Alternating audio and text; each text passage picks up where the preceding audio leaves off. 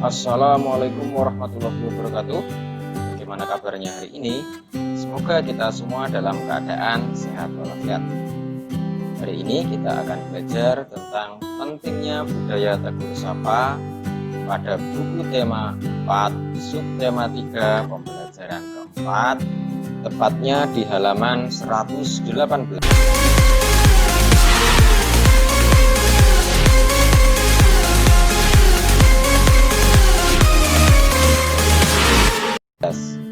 Sebelum memulai belajar, marilah kita berdoa menurut agama dan keyakinan masing-masing. Berdoa disilahkan.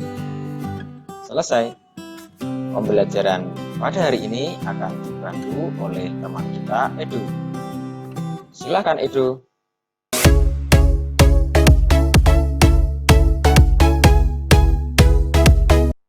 Tahukah kamu pekerjaan seorang kepala desa? Hal-hal baik apa saja yang bisa kita contoh dari mereka?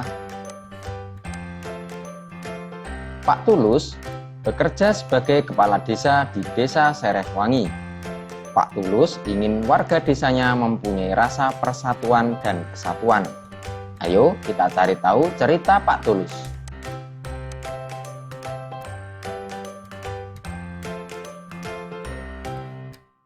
Mari kita baca ceritanya sebagai berikut. Pentingnya budaya tegur sapa. Senangnya tinggal di Desa Serehwangi. Kedekatan hubungan antar warga membuat mereka saling menjaga. Tidak semua warga Desa Serehwangi merupakan penduduk asli. Sebagian warga merupakan pendatang. Mereka masuk ketika kampung ini dibuka sebagai wilayah transmigrasi. Walau demikian, perbedaan asal-usul tidak merenggangkan kedekatan mereka. Kedekatan antar warga dimulai dengan kebiasaan saling tegur sapa. Ketika berpapasan di lorong antar rumah, di jalan, atau di pasar, tak pernah terlewat untuk saling menegur. Sekedar mengucap selamat pagi, selamat siang, selamat sore, sampai bertukar kabar atau berbincang sejenak. Semua saling kenal, semua saling peduli. Di ujung jalan tinggal Nenek Ijah seorang diri. Ia penghuni tertua di sini. Walau begitu, ia masih mandiri melakukan kesibukan di rumahnya. Kadang ia terlihat menyapu pelan daun-daun di halaman rumah. Lain waktu ia duduk beristirahat di beranda. Pak Tulus, sang kepala desa, rajin menyapa Nenek Ijah. Pagi hari, sambil berangkat kerja, ia kerap mampir untuk sekedar mengantarkan ubi atau singkong rebus. Sore hari, ia lewat lagi seraya melambai pada Nenek Ijah yang duduk di beranda. Pada suatu pagi, Pak Tulus tidak menjumpai Nenek Ijah di halamannya. Sore harinya, beranda rumah Nenek Ijah masih tetap sepi. Pak Tulus menyempatkan untuk singgah. Pak Tulus mengetuk pintu, tetapi tak dijawab. Pak Tulus membuka pintu dan melangkah masuk. Betapa terkejut beliau menjumpai Nenek Ijah terkulai lemas di depan ruang tengahnya. Diraba dahinya terasa agak hangat. Rupanya Nenek Ijah sakit. Pak Tulus menyesal tidak menyempatkan mampir tadi pagi, namun belum terlambat. Pak Tulus mengajak beberapa warga membawa Nenek Ijah ke dokter terdekat. Pak Tulus mengatur jadwal warga yang akan bergantian menjaga Nenek Ijah sampai pulih. Tidak ada warga yang menolak. Semua sukarela membantu. Mereka tahu kelak suatu ketika mereka dalam kesulitan pasti akan dibantu. Budaya tegur sapa menjadi perekat warga. Budaya tegur sapa membangun kepedulian terhadap sesama. Selanjutnya kita identifikasi dari cerita tersebut. Dimulai dari judul. Apa judulnya? Ya, pentingnya budaya tegur sapa. Selanjutnya tokohnya siapa dari cerita tersebut? Ya, Pak Tulus dan Nenek Ijah. Sifat tokohnya bagaimana? Ya, Pak Tulus itu peduli dan bertanggung jawab pada warganya. Kemudian tempat kejadian, Desa Serehwangi.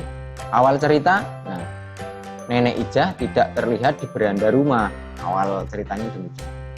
Akhir ceritanya, ya Nenek Ijah sakit dan dibawa berobat. Pesan moral, membantu orang lain, kita juga akan dibantu.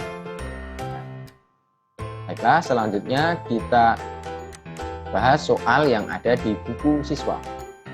Berdasarkan cerita di atas, tulislah hal-hal baik yang bisa dicontoh dari Pak Tulus. Yang pertama, tanggung jawab, peduli, dan tegur sapa. Soal yang kedua, apakah Pak Tulus sudah mengamalkan sila ketiga Pancasila? Jelaskan. Sudah, karena sudah saling tegur sapa, bersatu, saling membantu, dan tanggung jawab sebagai pemimpin.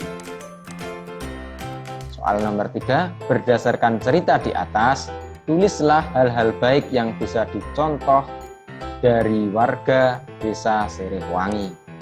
Ya, yang pertama, budaya tegur sapa dan kepedulian.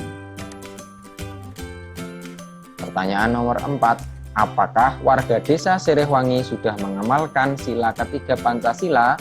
Jelaskan. Sudah, karena saling mengenal, bersatu, saling membantu. Soal nomor 5, meskipun kamu bukan warga Desa Serehwangi, hal apa yang kamu lakukan melihat kondisi Nenek Ijah? Jelaskan alasanmu. Nah, itu saja, menyumbang biaya pengobatan Nenek Ijah, karena Nenek Ijah kan hidup seorang diri. Soal nomor 6, sikap-sikap baik apa yang bisa kamu contoh dari warga Desa Serehwangi? Ya, budaya tegur sapa dan kepedulian dan tanggung jawab. Jangan sampai kemajuan teknologi menghalangi kita untuk saling mengenal dengan tetangga kita. Soal nomor 7, dalam kehidupan sehari-hari, apalagi yang bisa kamu lakukan untuk mengamalkan sila ketiga Pancasila? Pertama, menjaga persatuan dalam masyarakat, kemudian mengutamakan kepentingan umum di atas kepentingan pribadi dan golongan, kemudian rela berkorban untuk kepentingan bangsa, kemudian cinta tanah air.